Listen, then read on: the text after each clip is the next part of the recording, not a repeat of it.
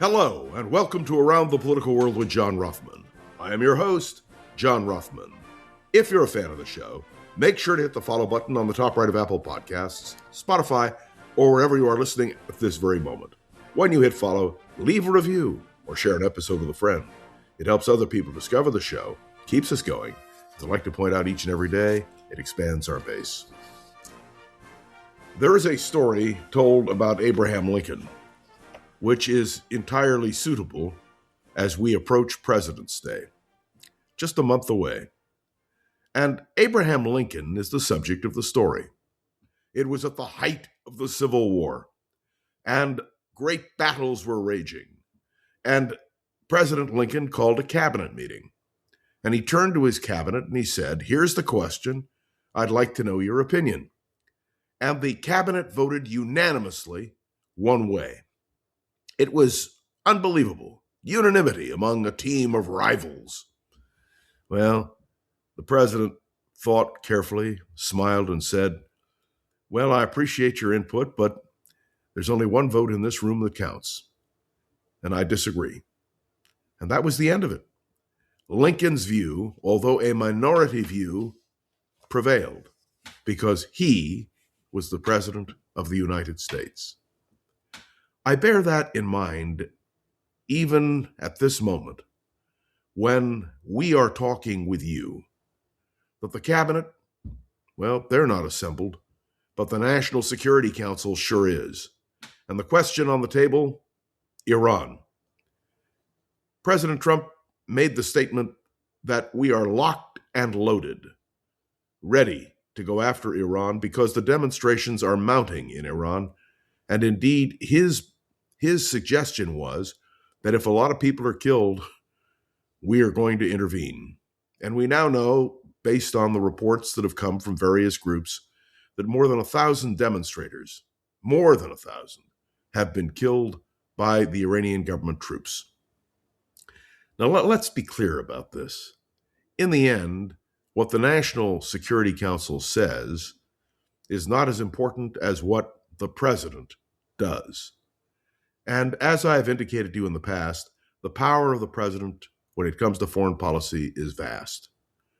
Certainly, as commander-in-chief, a president can order a strike without any hesitation or doubt, and with, frankly, no functional way to stop a president from taking an action. There is some talk of strengthening the War Powers Act. There's as much chance as that happening as aliens landing on the world stage and telling us what to do. No, that isn't going to happen. What happens is that the president makes a judgment, and that judgment is what prevails. Now, the threats to Iran have resulted in Iran at least appearing to say that it wants to negotiate with the United States.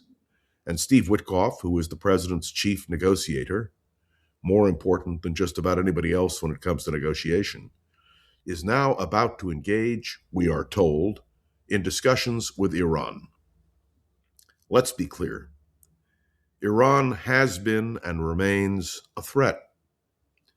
It's also true that the United States has a long history when it comes to Iran. Going back to the Second World War, when the young Shah became an ally of the United States in the war against Hitler's Germany.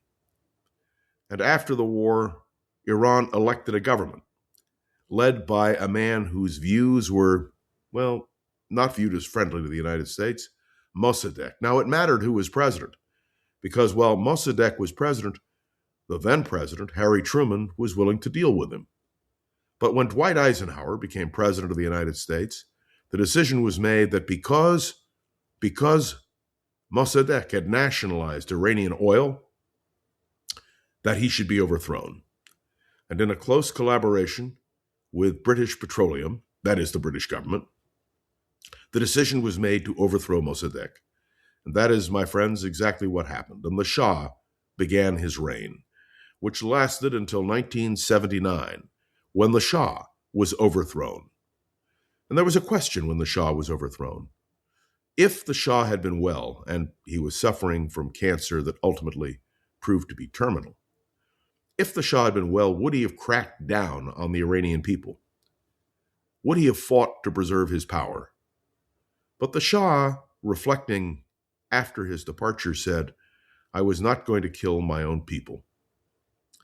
Now, this is not a defense of the Shah, but it is a statement very clearly made that the United States wanted only one thing from the government of Iran, and that was its friendship. We were not particularly concerned what kind of government it was, as long as it was pro-American. We are now confronted with a situation where Iran is clearly not a friend of the West. Already during the first year of his administration, Donald Trump has hit Iran hard on the nuclear question. We took out, so Donald Trump says, we obliterated their nuclear program. Now, whether we obliterated it or not, we did strike.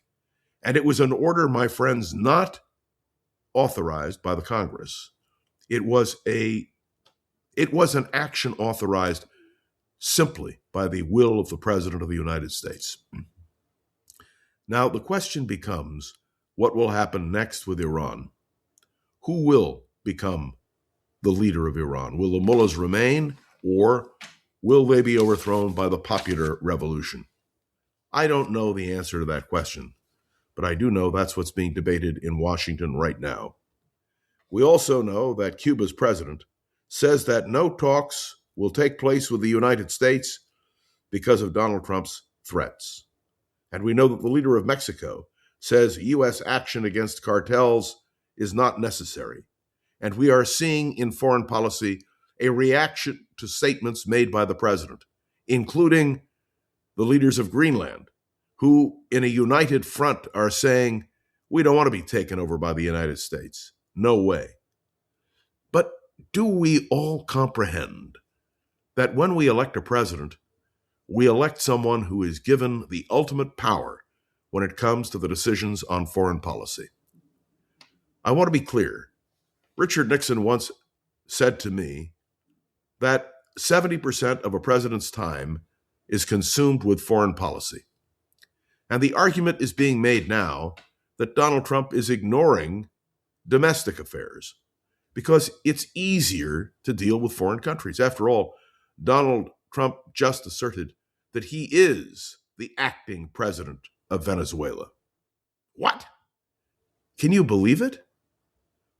But I want now to deal with another matter, a matter that is perhaps of greater consequence to many. And that is the question of Minnesota. The Twin Cities are suing to stop ICE coming into Minnesota. And in fact, it has been called by some in Minnesota a federal invasion of a state. We have a serious internal problem as well. But again, it depends on what the president wants to do. Let me remind you that people can go to court, but it takes a while for the court to sort through everything and decide what it will do. And which court? The lower courts or the Supreme Court? Let me point out, you get varying opinions, but in the end, there is only one court in the United States when it comes to the presidency which matters, and that is the Supreme Court. And there are major decisions that are coming down in the near future dealing with the power of the president, and one of the key issues will be the tariff question.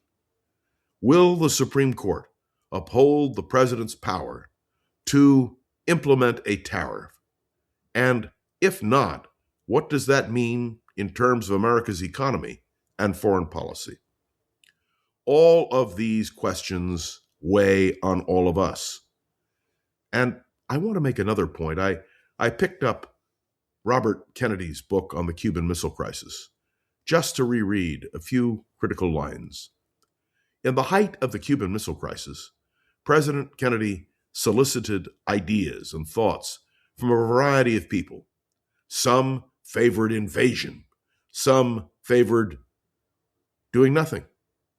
There were those who were in favor of appeasement in order to avoid the potential of a nuclear war. In the end, John F. Kennedy came up with an idea: the blockade. That's right, we didn't invade, we didn't strike back. What we did was put up a blockade, an extremely effective blockade. And in the end, a deal was made behind the scenes. Russia would withdraw its missiles from Cuba, and we, although nobody knew it at the time, we would withdraw our Jupiter missiles from Turkey. And the idea was a quid pro quo. You step back, we will step back. The question becomes now, who steps back? Donald Trump doesn't like to lose.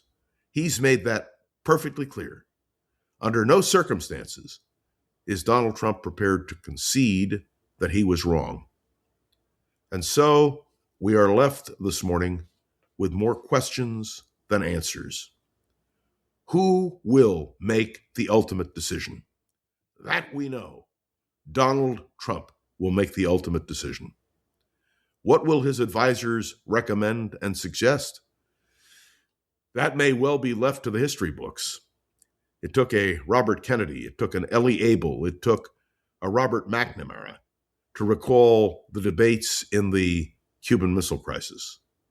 One day, in the not-too-distant future, we will understand precisely the dynamic in the Trump administration. But I am going to say something now that offers a conclusion.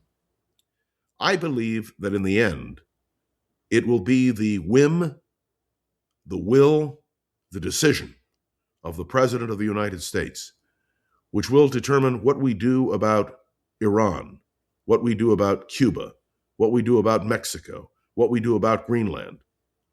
Indeed, when it comes to our domestic affairs, when it comes to Minnesota, the Twin Cities, suing to stop what they believe is an ICE invasion, again, it will boil down to what the president and his advisors decide to do. There is no doubt that the president relies on Stephen Miller. It would seem disproportionately. There is also no doubt that Mr. Witkoff is the key diplomatic figure in the Trump administration. The question of the role of Marco Rubio, the question of the role, by the way, who serves two functions. He is both Secretary of State and National Security Advisor to the President. The question is, what does that all mean? Oh, it was fascinating. Did you hear the notion put forward that if Cuba were in fact liberated, the Secretary of State, Marco Rubio, who is of Cuban origin, should go back to Cuba and become president of Cuba? I know people say these things with tongue in cheek, but I'm not so sure that we are at that point today. The question of the power of a president is critical. There will be a vote in the United States Senate on the question of limiting a president's ability to make these kinds of judgments.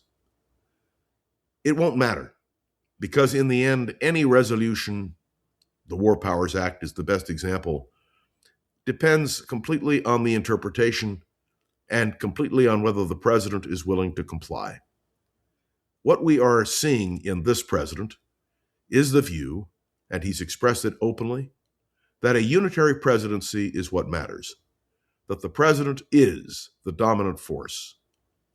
What does this mean for us in future?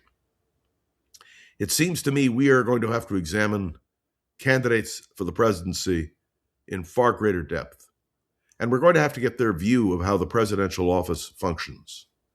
We are going to have to sincerely discuss and debate.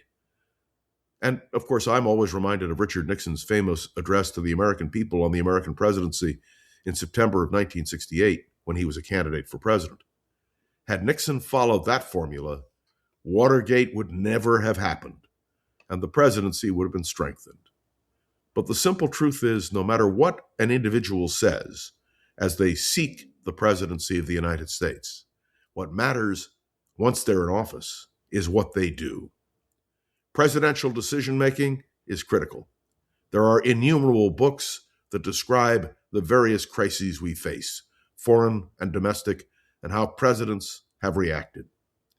I believe that it is worth a careful examination of the powers of the president and whether or not we want to make changes, and if we do, what do we want to do and what power do we have to do it?